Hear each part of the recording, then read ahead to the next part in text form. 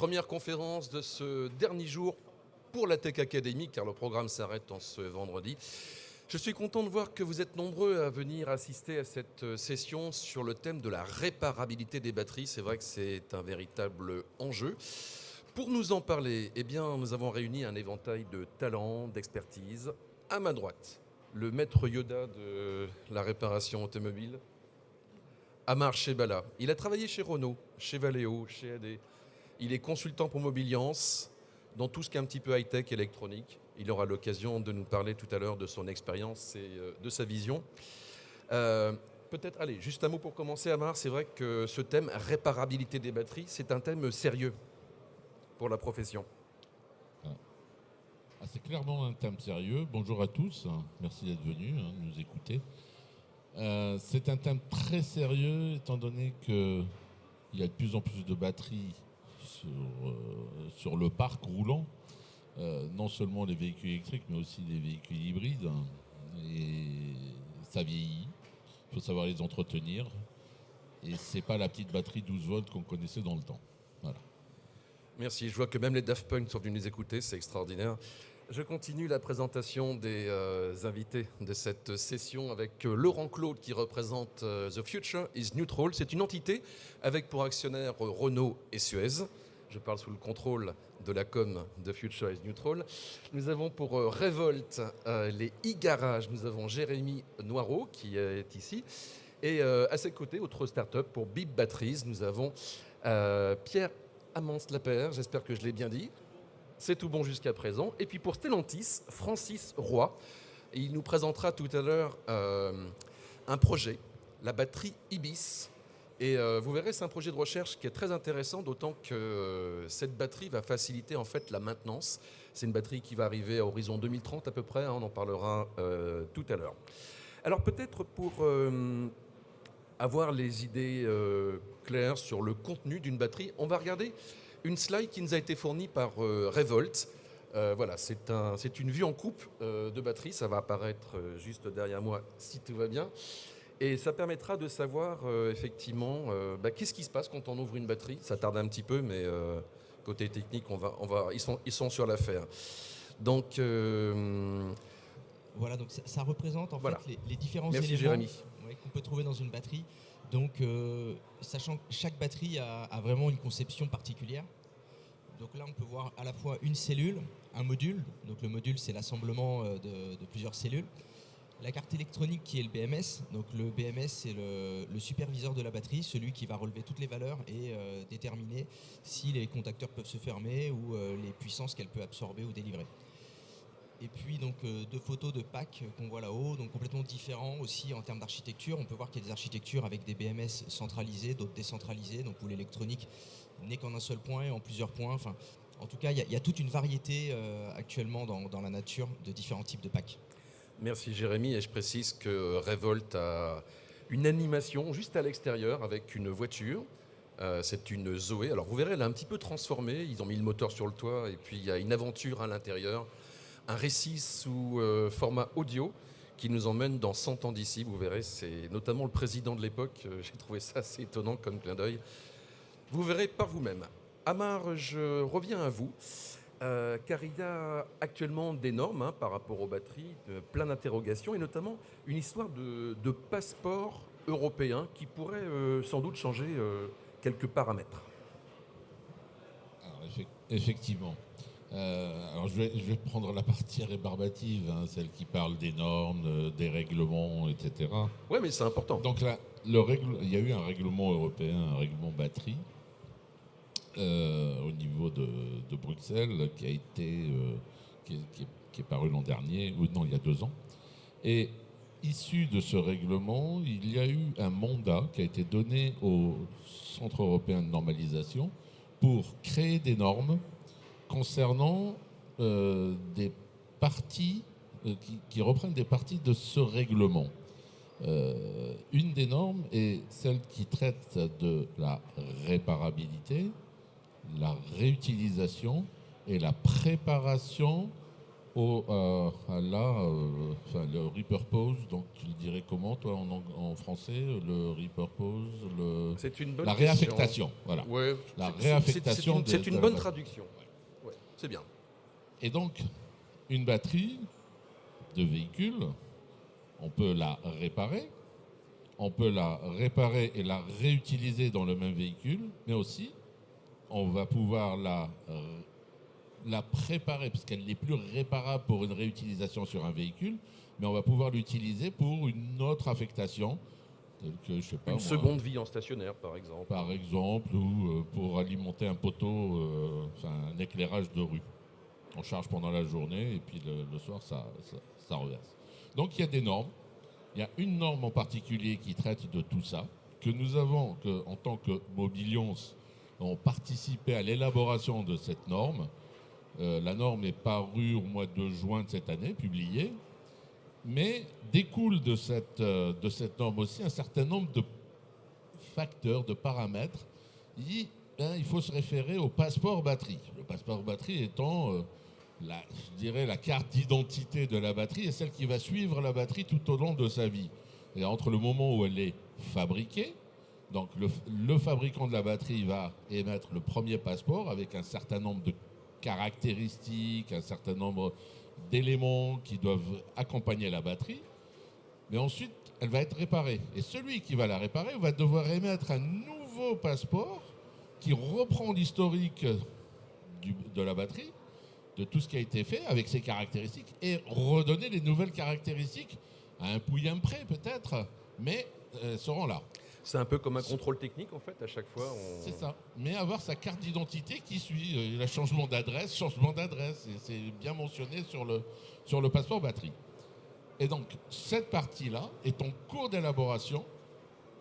Et en tant que Mobilions, on participe aussi à ça. Et j'anime un groupe de travail au sein de Mobilions. Et les membres de ce groupe de travail, dont Jérémy fait partie, Avec les petits jeunes, là. voilà, Ouais. contribue à émettre des avis que je vais défendre ensuite au sein du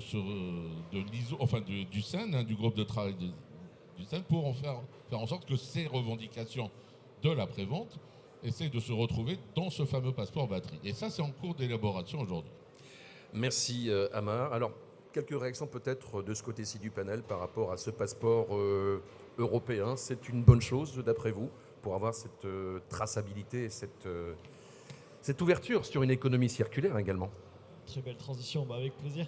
Nous, chez Bib, on fait deux choses. La première, c'est qu'on suit des batteries pendant leur première vie, quand elles sont encore dans le véhicule électrique. Donc là, l'objectif, c'est de comprendre où elles en sont dans leur vie, pourquoi elles ont vieilli, et estimer à quoi elles ressembleront dans quelques mois. Donc on pourrait imaginer, se demander, est-ce que ça vaut le coup de réparer ma batterie ou pas, sachant que plein de cellules à l'intérieur sont abîmées. C'est la première chose qu'on fait. Et la seconde, c'est récupérer des batteries en fin de vie, aujourd'hui dans les casses auto, très peu chez les garages encore, et chez les constructeurs, pour voir si c'est possible de les connecter à leur nouvelle vie. Donc on a parlé de réparation, de repurpose et de recycling. Donc on fait tout ça. Et donc aujourd'hui, nous, on le fait sans passeport. Donc évidemment, toutes les infos qu'on collecte, on pourrait les transmettre pour compléter ce passeport. Et donc j'allais dire, il est complètement essentiel, parce qu'aujourd'hui, tout le monde travaille à l'aveugle. Si on veut demain pouvoir réutiliser une batterie, on va prendre l'exemple de la Zoé qui est devant, qui est juste derrière, si on veut pouvoir la réutiliser dans une nouvelle Zoé, il va falloir être sûr qu'elle est solide, qu'elle a été diagnostiquée. Et donc ça, je suis à peu près sûr qu'autour de cette table, tout le monde est capable d'apporter sa pierre à l'édifice. Et donc justement, ce passeport va permettre qu'on puisse centraliser ces informations et apporter de la confiance à la personne qui pourra la réutiliser derrière. Merci. D'autres réactions? Pas pour l'instant. Si, Francis, un mot? Ok. Tu me fais signe quand tu veux parler, il n'y a pas de problème. Tu es ici chez toi. Alors, plus sérieusement, on va enchaîner avec Laurent Claude. Donc, je le disais, The Future is Neutral. Et dans une précédente vie, vous avez dirigé en fait une société qui s'appelle Gaia, qui était filiale donc à l'époque de Renault, je crois.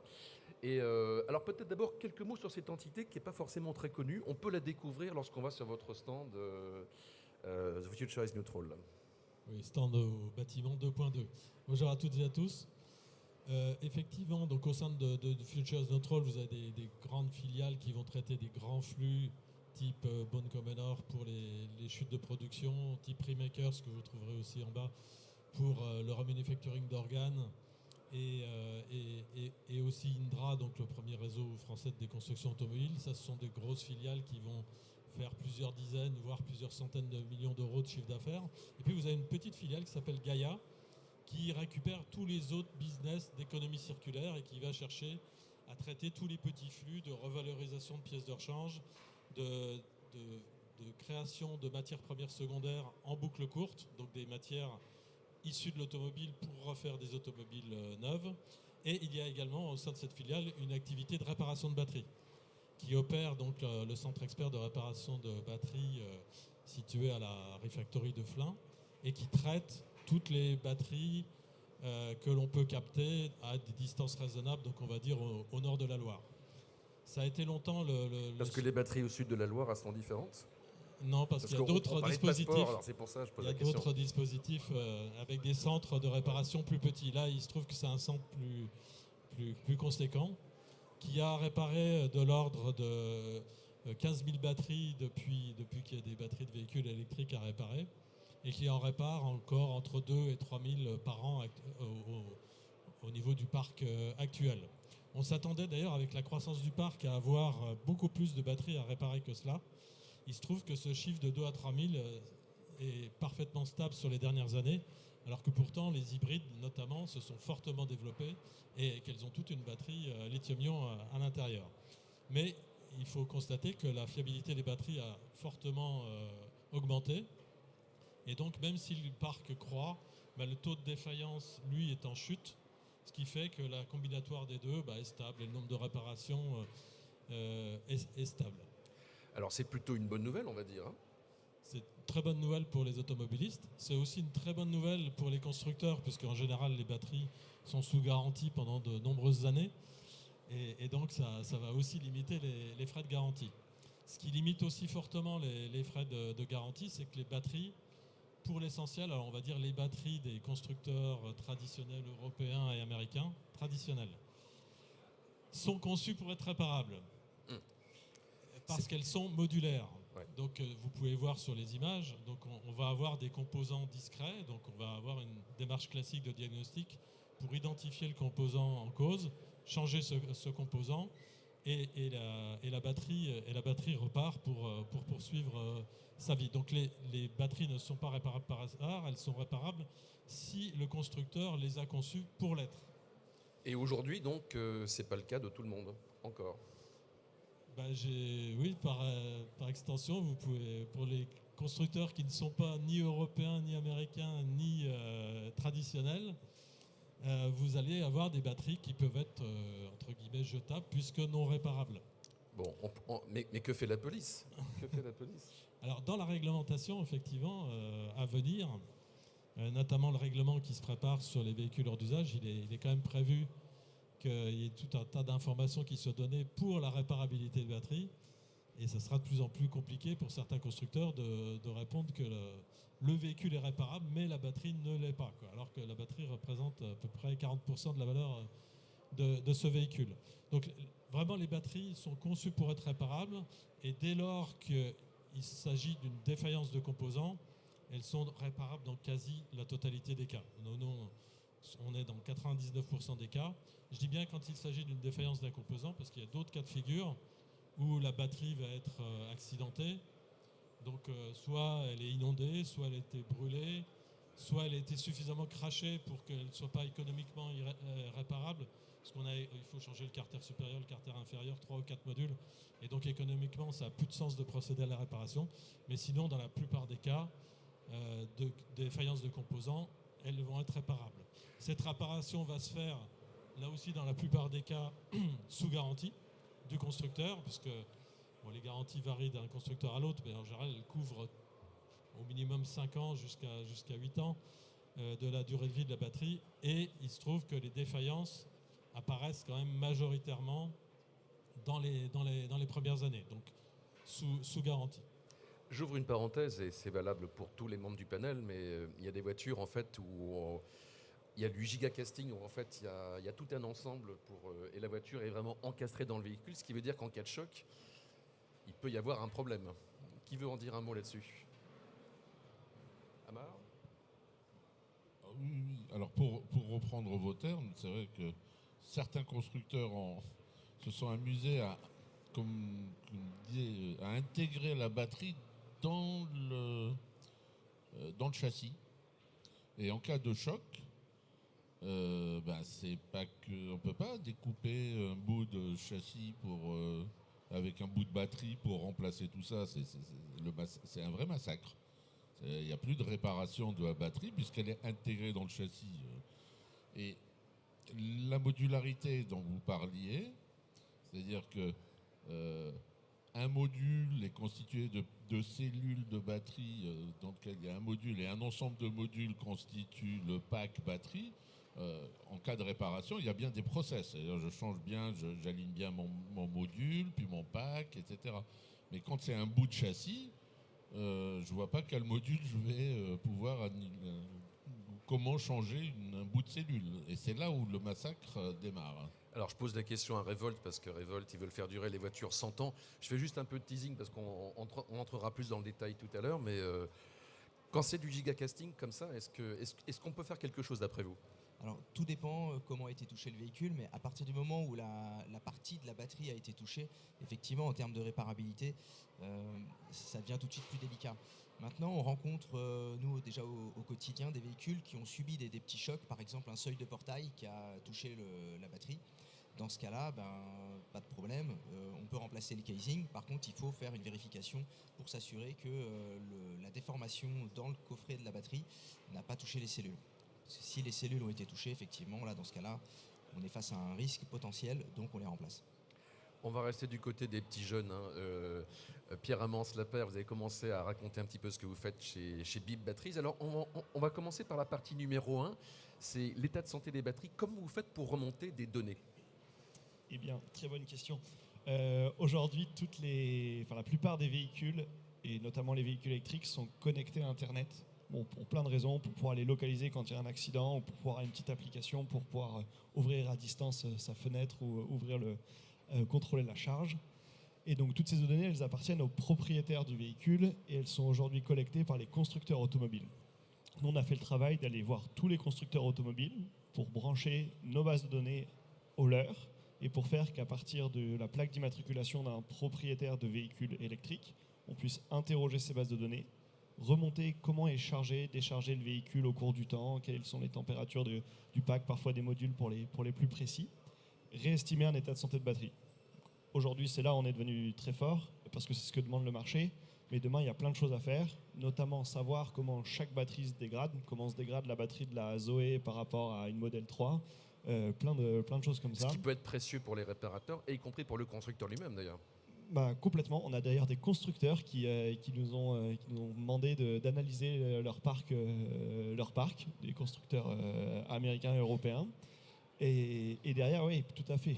Pour la réparation, là où on a envie de pousser, c'est du côté des garantisseurs et des assureurs. Typiquement, le cas où la batterie a pu être choquée, pouvoir dire elle était en bon état ou pas avant, être capable de savoir pourquoi elle s'est dégradée, voir des pannes à distance. Donc il y a plein de choses à faire. On ne peut pas tout faire à la fois pour l'instant. Donc ça, c'est pour la partie numéro 1. Puis donc, vous en parliez, donc la fameuse collecte qu'il faut organiser, évidemment. Et sur la partie collecte, là, on a commencé à en parler, mais c'est un sujet très compliqué. Parce que comme tout bon sujet, il faut qu'il soit rentable pour que les acteurs puissent se positionner dessus. Aujourd'hui, il y a eu très très peu de batteries de véhicules électriques. Renault a été un leader sur le secteur pour amorcer la pompe et faire qu'il y ait des premières opérations qui puissent se faire. Et aujourd'hui, les batteries, elles sont soit chez les constructeurs automobiles, soit dans les centres VHU, dans les casses auto. Et tout l'enjeu là, c'est de trouver la bonne équation économique. Nous, ce qu'on a fait chez Bip, c'est commencer par les plus petites batteries des trottinettes, des trottinettes et des vélos électriques pour faire des collectes rentables. Ça marche très bien.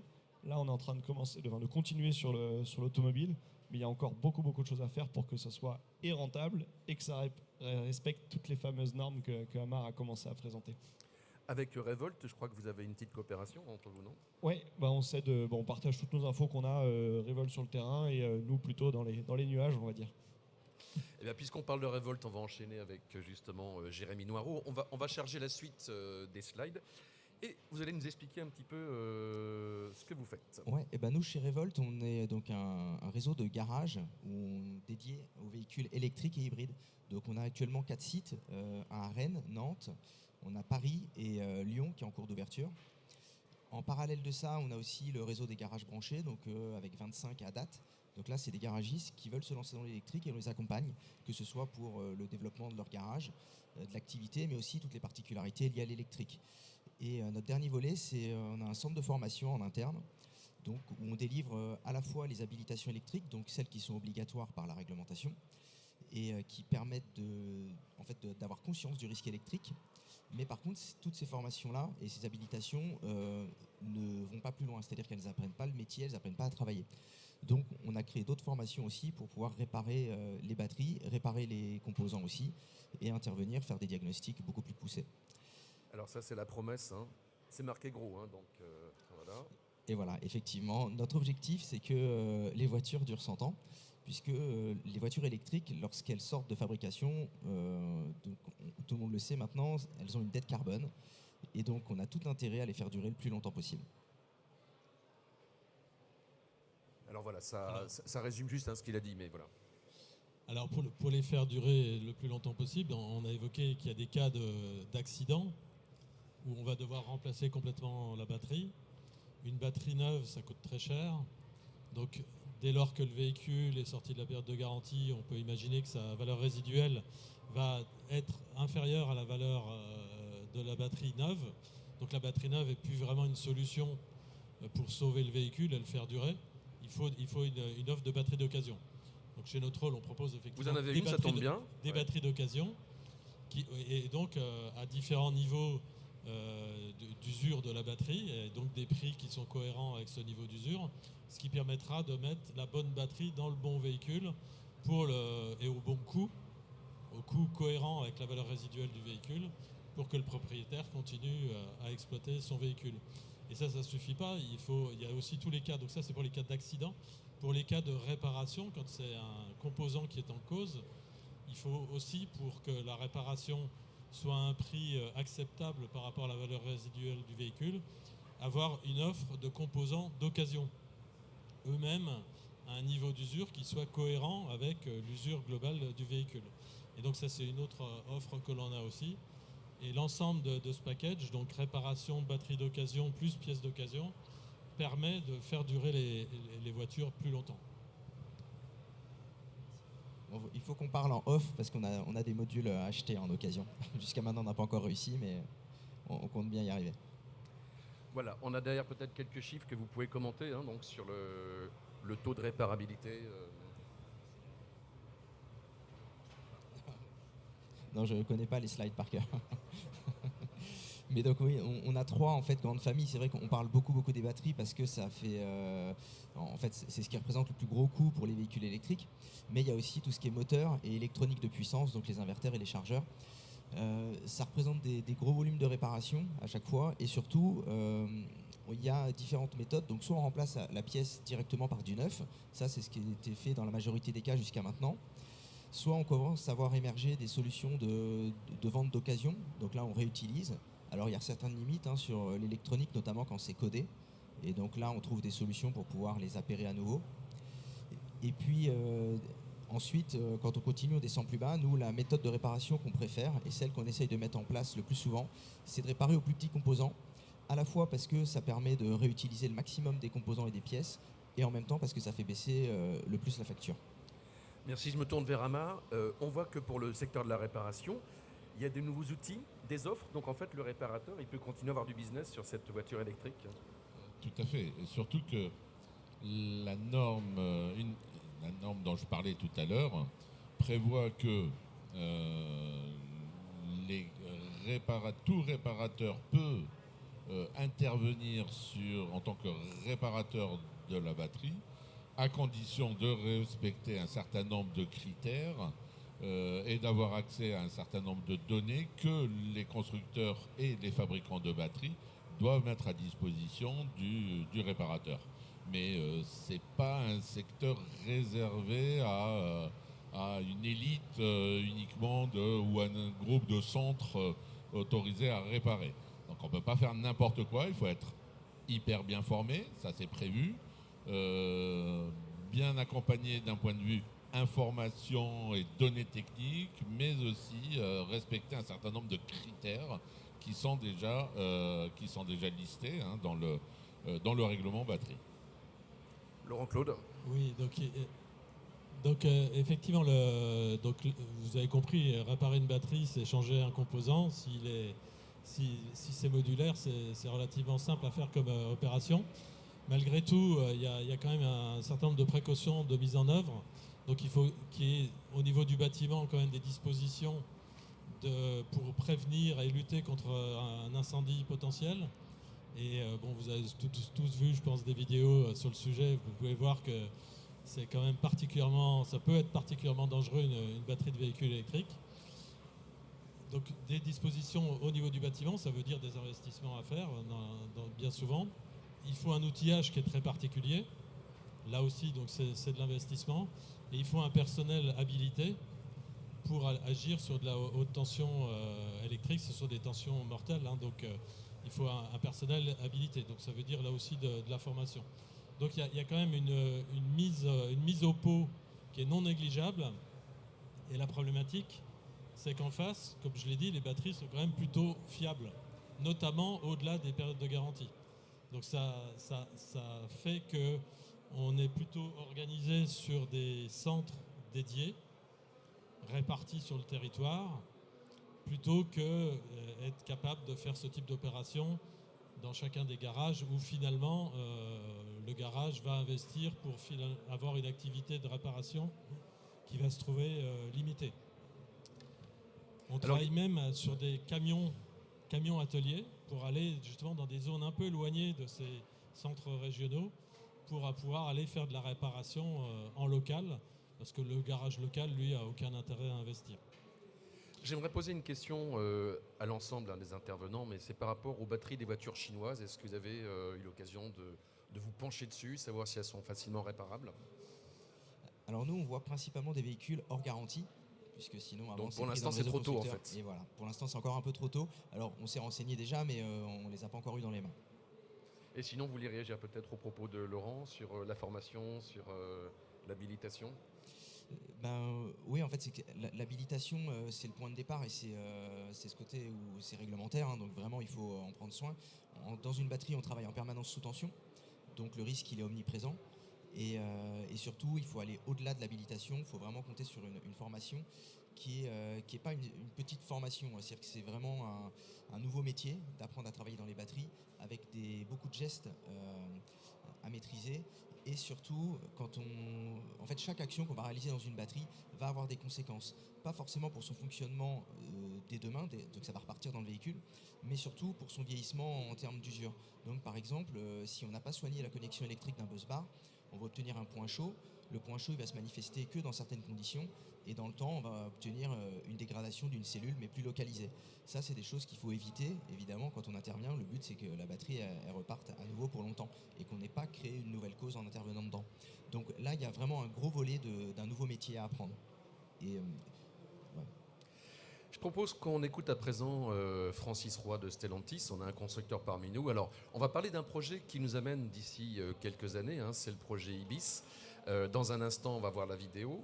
Mais peut-être quelques mots sur l'origine de ce projet, car ça fait déjà quelques années que vous travaillez avec notamment Supélec et des universitaires sur le sujet. Oui, le projet IBIS, donc IBIS c'est l'acronyme de Intelligent Battery Integrated System. Donc, c'est un projet collaboratif qui associe avec nous un certain nombre d'industriels tels que Saft, Sharp Engineering et la société E2K spécialisée en BMS nous a accompagnés aussi pendant quelques années. Et nous avons le support indispensable sur ce type de technologie complètement en rupture. C'est un changement de paradigme dans la façon de concevoir les chaînes de traction. Donc nous avons le support de scientifiques de l'université Paris-Saclay, de Grenoble. Et Grenoble, il y a des entités où sont nées les batteries lithium il y a pas mal d'années. Et puis nous avons aussi le support d'une structure de recherche privée qui est basée à Metz pour développer des nouveaux composants de commutation à base de GaN.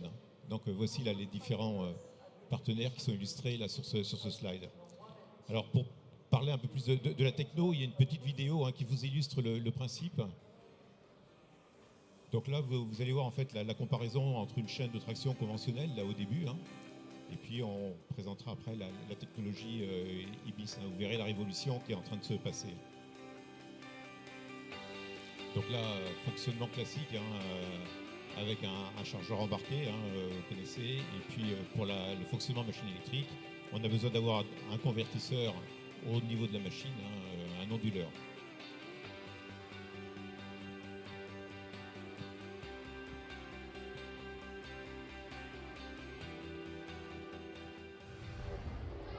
Donc là, la technologie IBIS, avec des modules indépendants qui intègrent un power module, un système de conversion en fait, d'énergie au droit de chaque module. Donc là, la tension en fait, que l'on convertit, c'est une vingtaine de volts uniquement.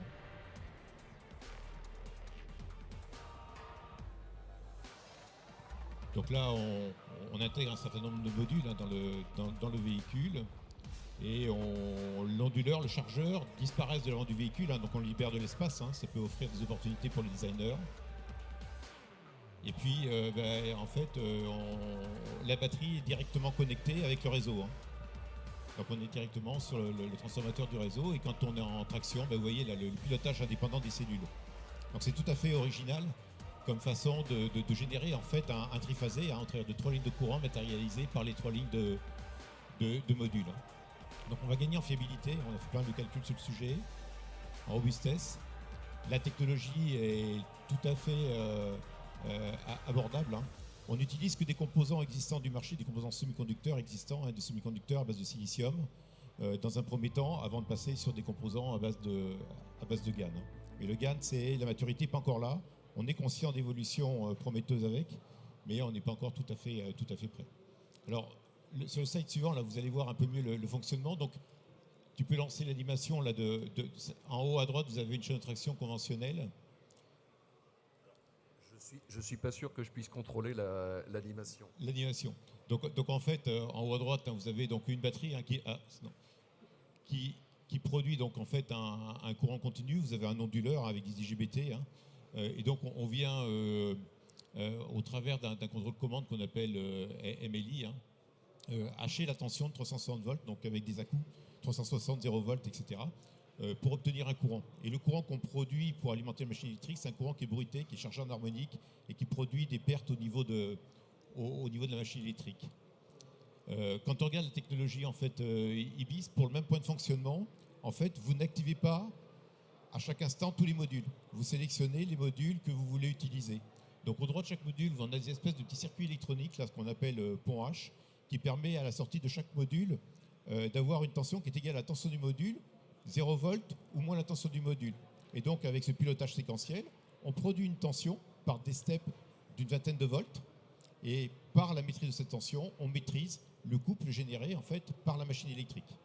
Donc c'est vraiment un changement de philosophie dans la façon de piloter les machines électriques. Et quelque part, on arrive à la simplification, parce qu'on a supprimé quelque part des organes de puissance. Alors c'est vrai, on a rajouté quelques composants électroniques, mais des composants électroniques vraiment connus, éprouvés, et ça fonctionne très bien, avec d'importantes vertus. Donc des vertus en termes d'efficacité, et vous avez des vertus aussi en termes de longévité, des vertus en termes de réparabilité, et on va y revenir sur les slides suivants.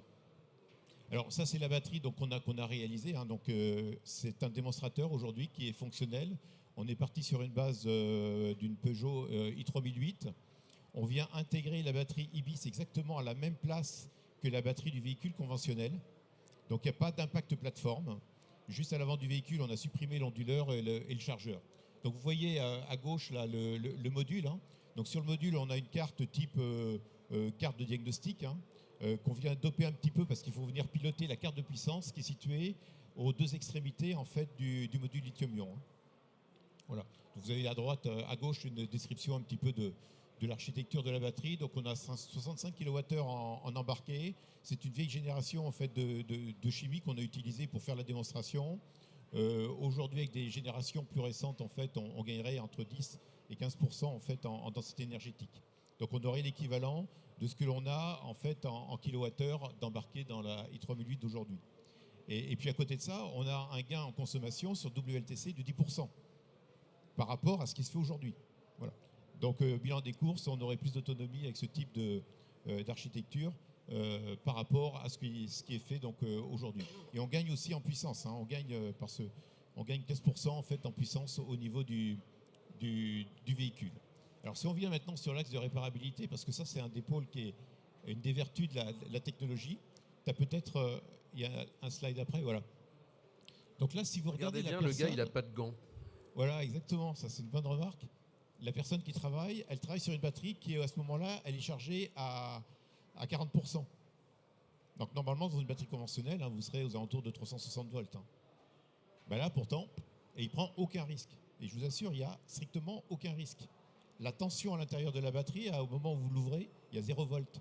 Et pour vous dire, ils ont fait tester ça à des cadres de Stellantis. Alors je ne sais pas si c'est pour les éliminer de façon naturelle, mais en tout cas... Non, ils sont toujours vivants. Ils ont mis le doigt dedans, ils sont toujours vivants. Mais c'est quand même assez surprenant. Et je vous assure que c'est une facilité pour intervenir sur la batterie. C'est vraiment un confort. Alors vous avez naturellement des modules. Donc je vous disais, attention des modules, on va dire l'ordre de grandeur c'est 20 volts. Mais c'est des points qui ne sont pas accessibles. Alors vous voyez à l'extrémité d'un module, vous avez 2 petits trous. C'est pour passer un voltmètre pour voir la tension de 20 volts, éventuellement la vérifier. Mais vous ne pouvez pas mettre les doigts. Donc c'est entièrement protégé. Et toutes les lignes de courant, donc vous pouvez travailler dessus sans risque. Alors l'autre particularité, c'est que quand vous avez un module qui est en panne, vous le prenez, vous en mettez un autre à la place. S'il n'a pas la même capacité, c'est pas grave, ça marche quand même. Ça peut être une autre chimie, ça marche quand même. Donc c'est très très versatile en termes de chimie. Et il faut bien avoir à l'esprit, c'est que avec des technologies, on va dire standards de batterie, bien en fait, vous êtes obligé de garder en production la même chimie pendant la durée de vie du véhicule, et généralement la durée de vie du véhicule plus 10 ans. Là, comme vous pouvez changer avec une chimie différente, en fait, ce qui compte, c'est d'avoir des modules de même taille, avec une chimie plus moderne, éventuellement une capacité plus importante localement. Vous allez faire monter comme ça l'autonomie du véhicule, et vous n'avez pas besoin de maintenir la production pendant 15 ans ou 20 ans d'une chimie. Donc vous pouvez faire évoluer vos productions de chimie, etc. Et en réparation, le véhicule, en fait, vous allez le bonifier en termes de performance, en termes d'autonomie. Voilà. Ça paraît magique, mais c'est une réalité. On l'a vérifié. Et ça a été fait en France, en plus. Ça a été fait totalement sur ce avec campus de Saclay. Ouais. Et alors, il y a un autre slide là, qui est assez sympa. Alors, c'est dommage que l'animation, là, si elle ne fonctionne pas, c'est dommage.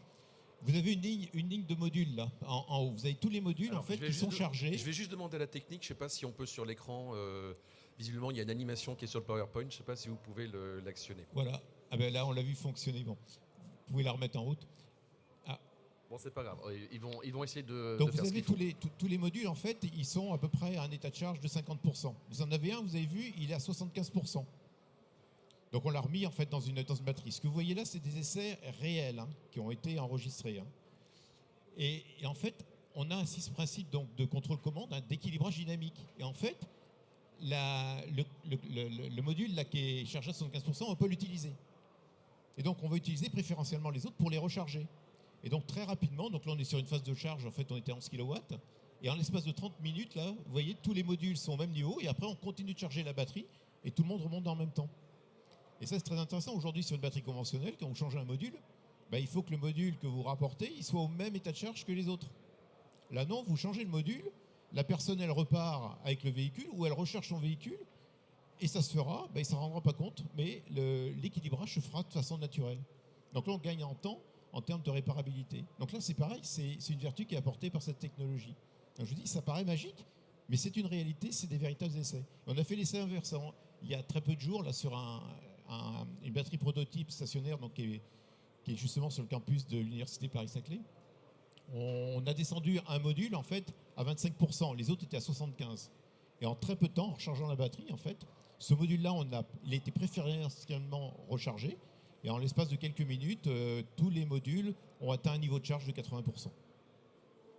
Donc c'est, en termes de réparabilité, une innovation extrêmement importante, prometteuse, avec toutes les vertus que je vous ai soulignées.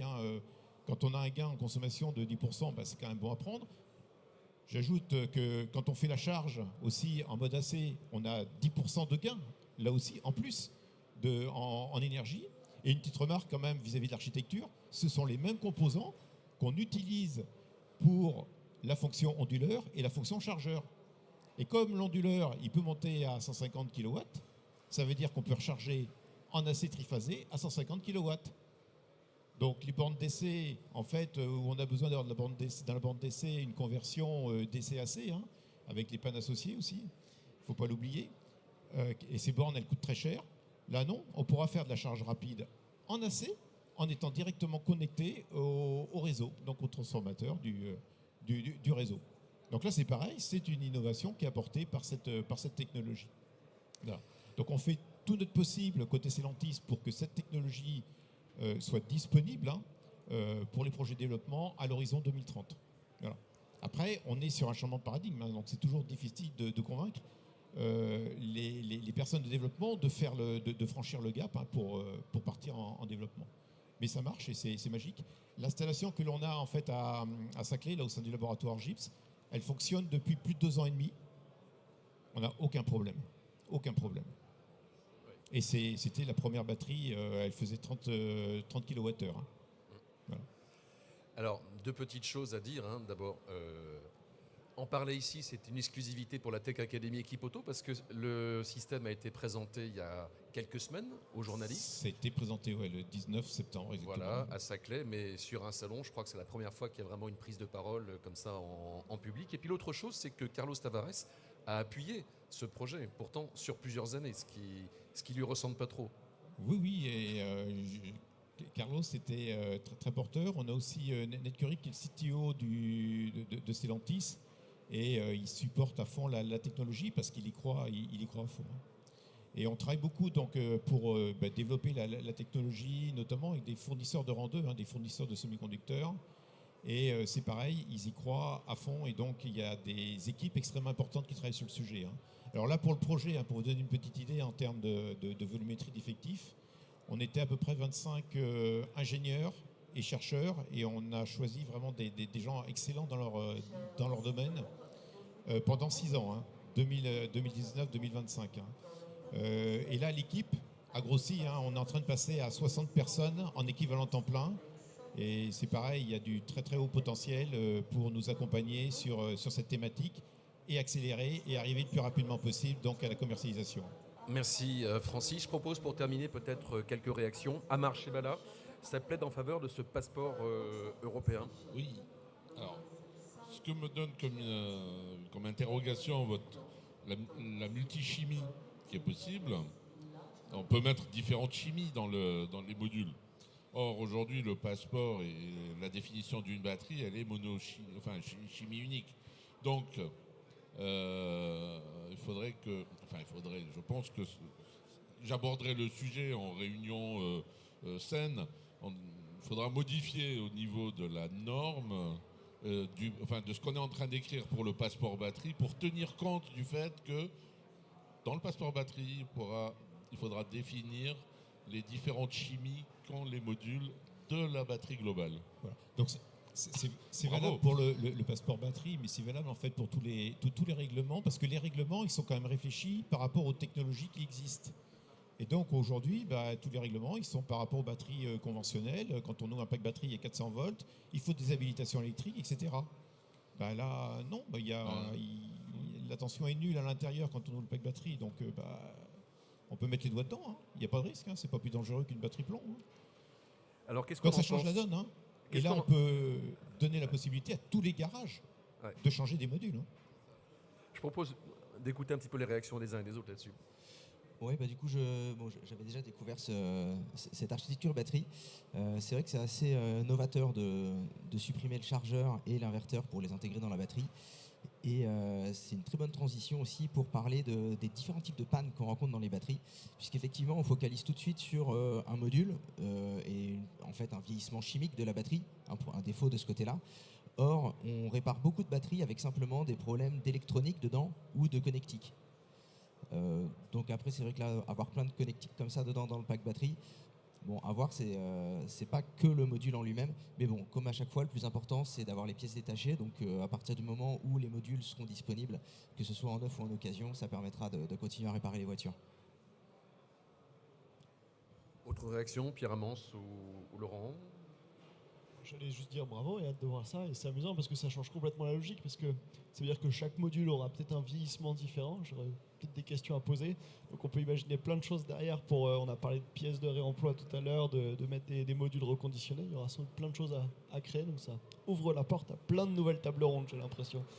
Alors, juste par rapport au vieillissement, là, une petite réaction. Hein. Une batterie conventionnelle, en fait, la performance, elle est liée au module le plus faible, hein, ou la cellule la plus faible. Là, dans le cas d'Ibis, en fait, non, vous pouvez utiliser la totalité de la capacité de la batterie. Donc là, vous gagnez aussi en autonomie. Voilà, autre vertu. Vous voyez, c'est magique, hein, mais c'est une réalité. La magie de la batterie, je propose qu'on reste sur ces dernières paroles. Merci pour votre attention. Cette conférence était faite pour vous et je suis content de voir que vous avez été nombreux au rendez-vous. Une salve d'applaudissements, s'il vous plaît, pour nos intervenants ce matin. Et on se retrouve tout à l'heure pour la suite des conférences sur la Tech Academy.